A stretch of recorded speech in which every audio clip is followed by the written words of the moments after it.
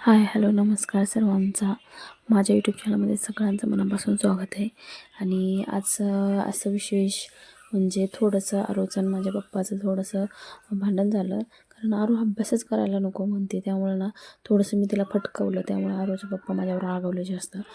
तर आमचं भांडण असं काही म्हणजे जास्त कालवा वगैरे काही नसतं. आमचं भांडण सायलेंट प्रकारचं असतं. आणि आमचं भांडण झालेलं हे आमच्या आई आबांना पण कळत नाही, म्हणजे माझ्या सासू सासऱ्यांना पण कळत नाही की ही जर आम्ही दोघं एकमेकांशी बोलत नसलो तरच, म्हणजे आता 10 वर्ष झाले माझ्या लग्नाला, पण आम्ही असंच भांडतो. म्हणजे जास्त आम्ही कालवा करत नाही किंवा लोकांना, मला नाही आवडत की कालवा करायचा आणि 4 माणसं बघतात वगैरे, तसं काही मला अजिबात आवडत नाही.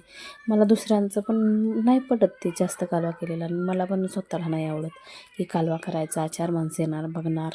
त्यासाठी मग आम्ही एकमेकांशी बोलायचं म्हणजे बोलतच नाही. ते पण माझ्याशी बोलत नाही, मी पण त्यांच्याशी बोलत नाही. पण मग असं एकावर म्हणजे समजा काय पाहिजे असेल तर मग आरूला सांगायचं, आरू मला ते दे, किंवा मी काय पाहिजे असेल त्यांच्याकडून तर आरूच्या नाव घेऊन मग त्यांच्याशी बोलते. मग आम्ही असं करतो.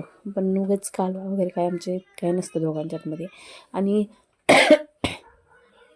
म्हणजे आम्ही सगळं व्यवस्थित, फक्त बोलत नाही एकमेकांशी. त्यामुळं ना, आणि आता तुम्ही तर बघताय अंड्याची पोळी चालली, मार्गशीर्ष महिना चालला आहे. तर मार्गशीर्ष महिना ह्या लोकांना ना कशाचाच काय फरक पडत नाही. मार्गशीर्ष असो, श्रावण असो, दुसरं कुठलंही सण असो, त्यांना काहीही फरक पडत नाही. त्यासाठी मग मटण असतं आहे, अंडे असतात. आता मी अंड्याच्या पोळ्या करून देते. नंतर ना त्या कुकरमध्ये अंडी उकडून घेतल्यात मी, आणि त्या अंड्याचं कालवण करायचं आहे. आणि आता मग माझा मार्गशीर्ष महिना मी गुरुवार धरते मार्गशीर्ष महिन्यातले, तर माझ्यासाठी वेगळं काहीतरी. आणि मी काय करते, गॅस वाचवण्यासाठी ना जास्तीत जास्त प्रयत्न करते. कारण चपात्या मी ना इतक्या पटपट करून घेते, कारण परत दुकानात जावं लागतं.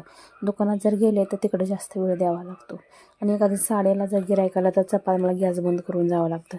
तर कणिक व्यवस्थित होत नाही, अशी वडाक होऊन जाते.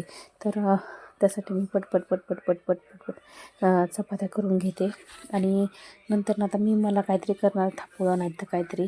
आणि कसं आता सगळ्यांच्या फरमाईशी वेगवेगळ्या असतात. आमच्यात भाकरी करावं लागतात, चपाती करावं लागते, सुक्की भाजी, पातळ भाजी. आता आरूचं तर झालं, आरूला दिलं हे करून. आता माझी बारी. मला ना बेसन पिठात मग मी कांदा, टॅमॅटो, कोथिंबीर टाकली. कारण तसं असं जरी केलं ना नुसतं बेसन पिठाचं, ते टोटलं बसतं. त्यामुळं ना काय खाऊ वाटत नाही. त्यामुळं मी अशा प्रकारची मी म्हणजे पोळी म्हणता येईल एका प्रकारची. तर ते करते. जर व्हिडिओ जर आवडला असेल तर नक्की सबस्क्राईब करा. आणि आता भेटूया पुढच्या व्हिडिओमध्ये. बाय.